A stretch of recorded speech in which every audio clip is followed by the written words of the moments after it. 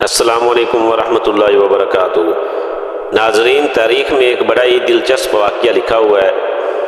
یہ واقعہ ایران کی 3 شہزادیوں کا ہے جو بہت ہی خوبصورت تھیں جب انہوں نے 3 صحابہ رضی اللہ تعالیٰ عنہ کو پسند کیا تھا۔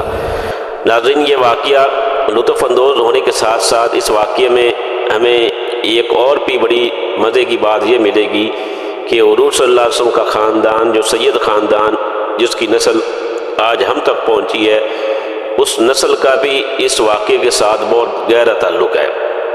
تو ناظرین، یہ ویڈیو آپ نے آخر تک دیکھنی ہے۔ اس ویڈیو کے اندر آپ کو کافی ساری نئی چیزیں سامنے آئیں گی جو آپ نے پہلے نہیں دیکھی اور سنی ہوگی۔ مدینہ منورہ کی فضا اس دن کچھ مختلف تھی۔ ہوا میں تکبیر کی صدا گونج رہی تھی، اللہ اکبر کی صدا تھی مدینہ کے اندر۔ ایران کی عظیم سلطنت جس کا غرور و تکبر صدیوں سے زمین و آسمان کو چیرتا آیا تھا، آج اسلام کے سامنے جھک چکی تھی۔ ایران کے آخری بادشاہ یزدگر کے قلعے فتح ہو چکے تھے اور اس کا شاہانہ خاندان قیدیوں کی صورت میں مدینہ لایا گیا تھا۔ مدینہ کی گلیوں میں جب یہ قافلہ داخل ہوا تو لوگ دوڑ کر دیکھنے لگے۔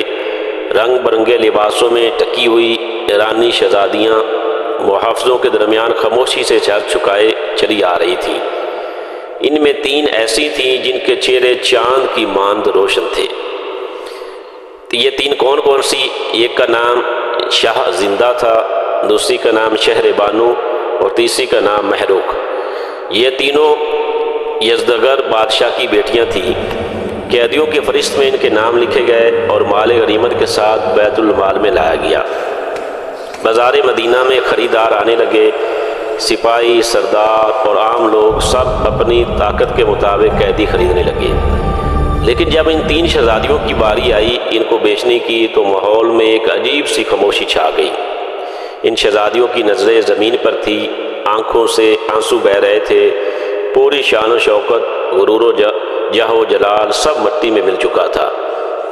حضرت علی بن ابی طالب کرم اللہ وجہہ کھڑے تھے۔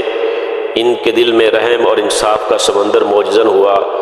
انہوں نے حضرت عمر بن خطاب رضی اللہ عنہ سے کہا، اے امیر المومنین، یہ ایران کے بادشاہ کی بیٹیاں ہیں۔ ہمارے نبی کی ہمیں یہ تعلیم ہے کہ شکستہ خوردہ قوم کے معزز افراد جو عزت والے ہوں تو ہمیں ان پر ترس کھانا چاہیے۔ حضرت عمر رضی اللہ عنہ نے سر جھکا کر فرمایا، تمہاری بات سچی ہے اے ابو الحسن، لیکن تمہاری کیا رائے ہے اس میں؟ حضرت علی رضی اللہ عنہ نے جواب دیا، ان کے ساتھ ہمیں امتیازی سلوک ہونا چاہیے۔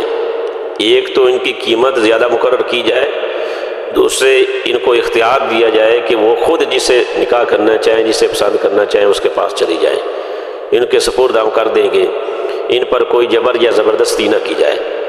حضرت عمر رضی اللہ عنہ کے چہرے پر مسکراہٹ آ گئی۔ انہوں نے فرمایا، کیا ہی خوب فیصلہ کیا ہے آپ نے علی، یہی انصاف محمدی صلی اللہ علیہ وسلم ہے۔ اعلان ہوا کہ بادشاہ کی بیٹیوں کو اختیار دیا جاتا ہے کہ جسے چاہیں اپنا آقا منتخب کر لیں۔ پہلی شہزادی شہر بانو، انہوں نے اپنے نرم لہجے میں کہا، میں اس نوجوان کو پسند کرتی ہوں جو اپنے باپ کی طرح متقی ہے، اور وہ ہے عبداللہ بن عمر۔ یعنی حضرت عمر رضی اللہ عنہ کے بیٹے کو اس نے پسند کیا، عبداللہ کو۔ دوسری شہزادی نے سر چکا کر فرمایا کہ مجھے محمد بن ابو بکر پسند ہیں، یعنی ابو بکر کے بیٹے محمد جو علم و عدل میں مشہور ہیں۔ تیسری شہزادی جو سب سے زیادہ حسین تھی، سب سے زیادہ خوبصورت تھی، اس کی آنکھوں میں چمک تھی مگر دل میں طوفان۔ اس نے مدینہ کے نوجوانوں پر نظر ڈالی، پھر آہستہ سے کہا، میں اس چہرے کو پسند کرتی ہوں جو نبی عرب صلی اللہ علیہ وسلم سے مشابہ ہے۔ میں نواسہ رسول، جگر گوشہ رسول حضرت حسین بن علی رضی اللہ عنہ کو پسند کرتی ہوں۔ محفل پر سکتہ چھا گیا۔ یہ انتخاب گویا آسمان کے فیصلے کی بات گوش تھی۔ حسین رضی اللہ عنہ نے شہزادی سے نرمی سے فرمایا، میں تمہیں اللہ کی راہ میں آزاد کرتا ہوں۔ یعنی جیسے ہی وہ حسین رضی اللہ عنہ کے پاس آئے تو حسین رضی اللہ عنہ نے کہا، میں تمہیں اللہ کی راہ میں آزاد کرتا ہوں، اگر تم چاہو تو میرے نکاح میں آ سکتی ہو، اگر نہ چاہو تو تم آزاد ہو۔ شہزادی کی آنکھوں سے آنسو بہہ نکلے۔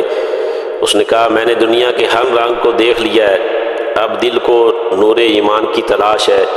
میں اسلام قبول کرتی ہوں۔ یوں وہ شاہ زندہ جو شہزادی تھی اس سے وہ غزالہ کرائی۔ نرم مزاج، ایمان سے لبریز اور محبت میں خالص تھی۔ غزالہ اور حسین رضی اللہ عنہ کی زندگی نیت، محبت اور سکون سے گزری۔ مدینہ کے گلابوں جیسی نرم شاموں میں وہ اپنے شوہر کی باتوں میں نبی صلی اللہ علیہ وسلم کی خوشبو محسوس کرتی۔ پھر ایک دن اس نے دعا مانگی، غزالہ نے دعا مانگی، اے اللہ اگر تو چاہے تو مجھے ایک ایسا بیٹا عطا فرما جو تیرے دین کا علمبردار ہو۔ اللہ نے اس کی دعا قبول کی اور ایک روشن چہرہ دنیا میں آیا۔ اس کا نام رکھا گیا دادا کے نام پر علی، یعنی علی بن حسین، جو بعد میں مشہور زمانہ امام زین العابدین رحمۃ اللہ رضی اللہ عنہ کا لائے۔ مگر غزالہ کی قسمت میں اتنا ہی وقت لکھا تھا۔ بیٹے کی پیدائش کے کچھ دن بعد وہ خاموشی سے اس دنیا سے رخصت ہو گئی۔ اس کی میت پر حسین رضی اللہ عنہ کے آنسو برس رہے تھے اور مدینہ کی فضا میں اذان کی صدا گونج رہی تھی، انا للہ و انا الیہ راجعون۔ نومولود علی بن حسین کو ایک صالح خادمہ کے سپرد کر دیا گیا جس نے اسے ماں کی طرح پالا۔ وقت گزرتا گیا، علی بن حسین کے چہرے پر نور، دل میں تقویٰ اور زبان پر قرآن کے الفاظ سجنے لگے۔ وہ مسجد نبوی میں بیٹھ کر صحابہ کرام رضی اللہ عنہ سے علم حاصل کرتے، حدیث سنتے، قرآن کی آیات میں غور کرتے۔ جب جہنم کی آیات پڑھتے تو لرز جاتے، جب جنت کی آیات پڑھتے تو آنکھوں میں چمک آ جاتی۔ ایک دن کسی نے دیکھا کہ وہ نماز میں کھڑے ہیں، آنکھوں سے آنسو بہہ رہے ہیں اور بدن کانپ رہا ہے۔ پوچھا گیا، اے ابن حسین آپ پر یہ کیفیت کیوں طاری ہو جاتی ہے؟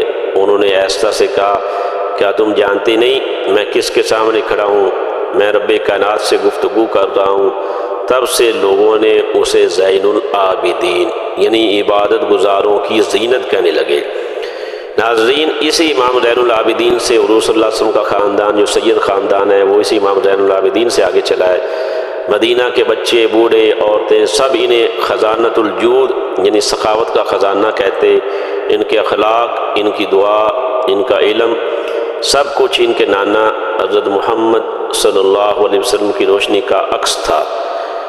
یوں ایک ایرانی شہزادی کی غلامی سے ایمان اور محبت کی روشنی نکلی جس نے دنیا کو زین العابدین جیسا مرد کامل دیا۔